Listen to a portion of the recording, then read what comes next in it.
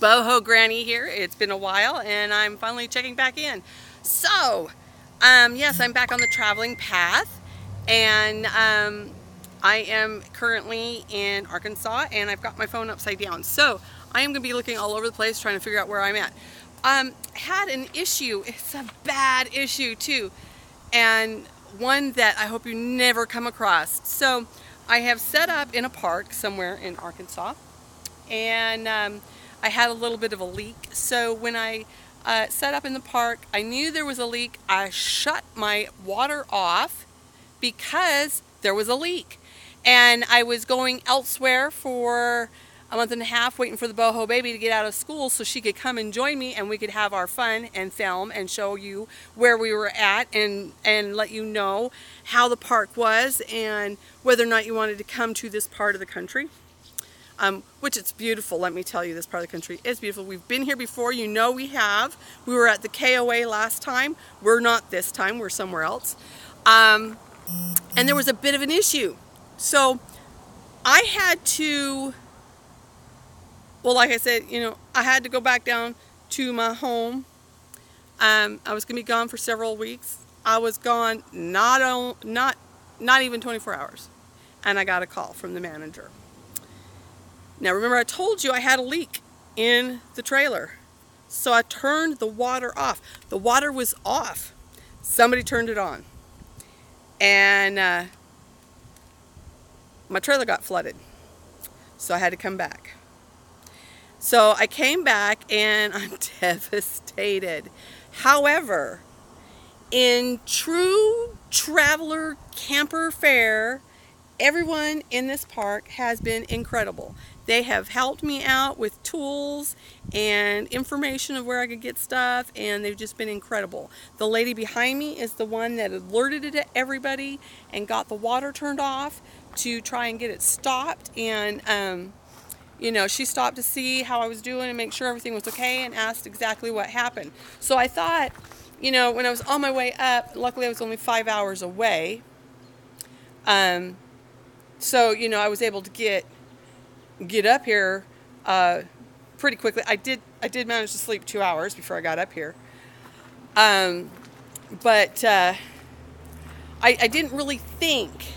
But I started thinking, I was like, wait a minute. I'm hearing flooded out. I'm hearing water pouring out of the trailer. What I saw when it was leaking, it was just a little leak. It was leaking out of the connection that went to my outside trailer or my outside kitchen. How could it be just pouring out of my trailer? That doesn't make any sense. So now I'm thinking, well, something must have burst, or maybe the pressure was so, you know, so strong it like blew my, you know, kitchen faucet off or something, because, you know, that's happened. So I came in and no, that's not what it was. Let me see if I can flip this little baby around. So right here, we've got all my carpet. We had to pull all the carpet out. But I'm now in a 2006 Keystone Outback Sydney.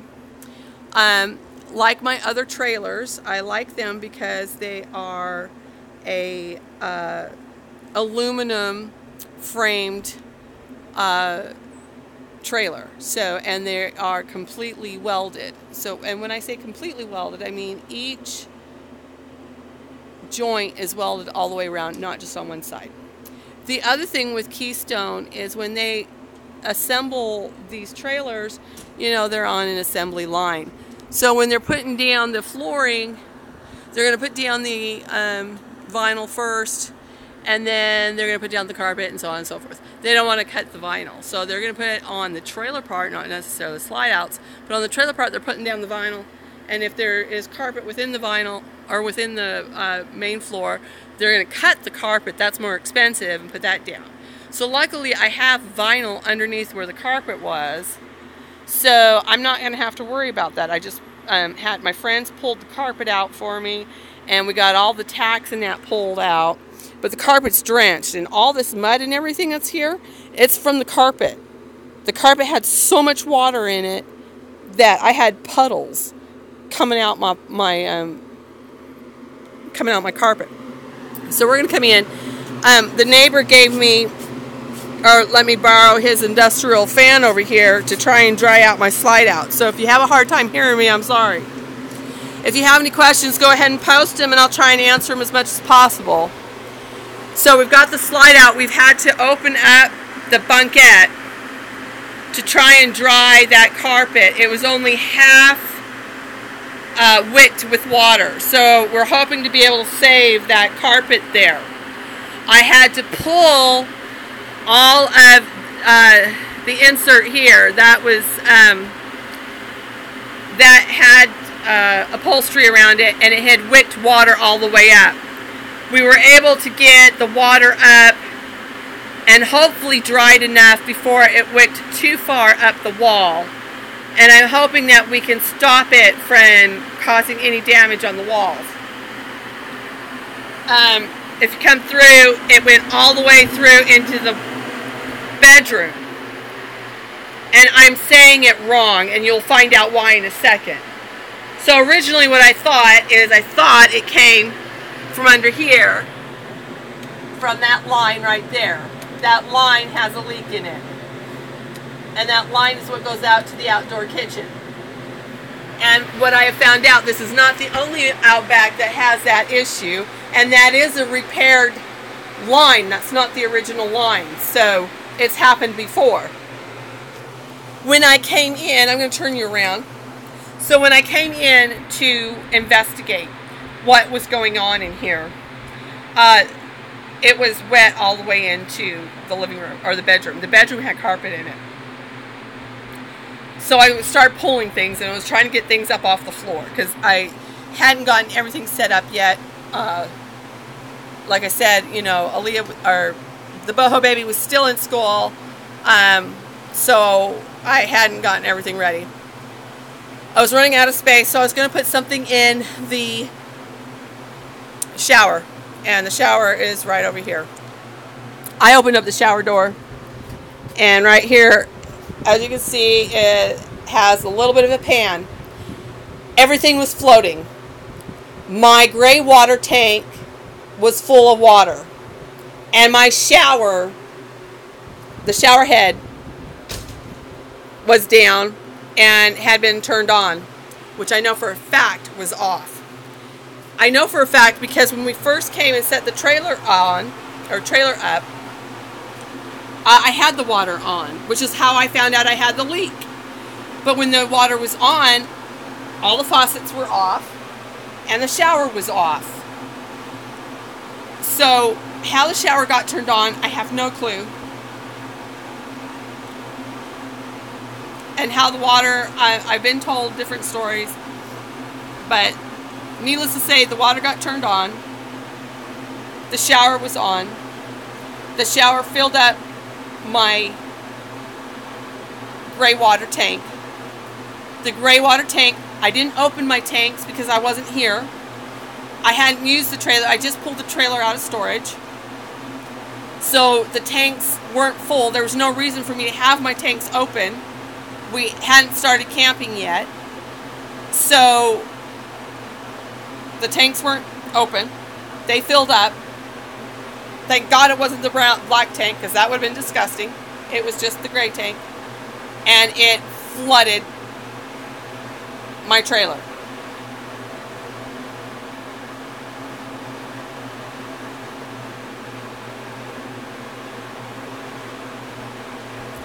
So, what do you do? There's many questions on liability on that, and I'm not the type of person that goes and sues people. That's not me. I'm sure it's a total mistake. Nobody does those things on purpose. I mean, why would you? I mean, that's ridiculous. So, what is the true cost? I don't know yet until I get everything dried out. So I can't say. The only thing I'm mad about is that I had to turn around and come back up here. That's the only thing I'm mad about, because I really need sleep. I haven't had any. Well, and then I got a mess that I got to clean up. I really don't care that I don't have carpet on my floor. it's an easy cleanup now with all of the linoleum on the floor. You know, with kids running in and out of the trailer, you know it's so much easier to clean up when it's linoleum and not carpet, so that's a plus. However, I do prefer carpet in the bedroom area. But this is a bedroom-bathroom combination. So, I think I could get a remnant piece to really to cover what I had to take out. And it's such a generic color that it should be easy to match. So I don't think that's going to cost a whole lot to do. There is some water damage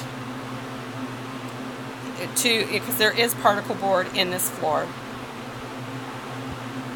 And there was a cut in the linoleum over here. And it did cause it to swell. So that's going to have to be replaced. And it's going to be molded. There's nothing I can do about that. There's only so much a wet vac can suck. You know what I'm saying? So that's going to have to be cut out. I do not react well to mold. So I'm not even going to chance that. That's going to have to be cut out and replaced.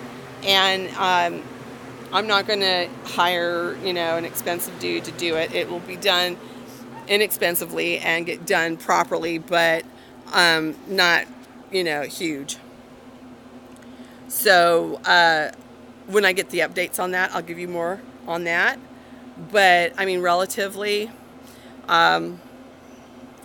we had to drain out the vents. The floor vents had standing water in it, but it wasn't very long, so that's not a big deal. The wet vac sucked most of that out. What we couldn't get sucked out, we went ahead and blew air through the vents until it wasn't blowing any more water through there. So that took care of that. So that isn't a problem. We have disconnected the water from the tap, so that will not happen again while I'm gone. We've opened up the gray water tank, so if somebody connects it back up and turns it back on, that's not going to happen again. I've cracked open a couple of windows. I'm going to close it down tonight. I'm staying at a friend's house. I'll be back tomorrow to check on that and to pick the carpet up and get rid of it. I have my Outback here today, so I can't transport it. We're bringing back my friend's truck to transport that out of here. And make sure that we get all the tacks and everything that we had to pull out of the floor out, so nobody gets their tires popped. But really, it's going to take me a couple days for me to totally assess exactly what full damage was done. But I think relatively, I think I got off light, so that's good. And I mean, seriously, what you need to do when you're in situations like this really is just make sure you know who's around you and let them know where you're at. Make sure they have your number so they can call you. And, you know, let them know. Everybody here is in the same boat you're in. You know, and if you go away, they'll watch out for you. Just like if they go somewhere, you watch out for them. It's a give and take type thing. So in traveling, you need to be travel mates and you need to look out for each other. And that's what I have found in the 4 years that Bia and I have been doing this, 5 years that we have been doing this. If you make friends with the people that are around you in the parks, and there's a couple behind us that I think I want to interview in the coming days that I think would be really good for the BOhO Granny channel. They actually work camp. And I have heard of people that have done that. And I think that is interesting. I've thought about doing that. But with her still being in school, you know, that's something we haven't done. So, but if you find this interesting and you would like to learn more about it, be sure to leave the comments below. Give me a thumbs up. Let me know what you'd like to hear more on. Sorry, I got a little bit of cold, and I think something stuck in my throat. I don't mean to cough on you, and I'm live even. Remember, you can always snail mail us at P.O. Box 24, Edwards, Mississippi 39066. Leave your comments below, and check on us often. See you later. Bye.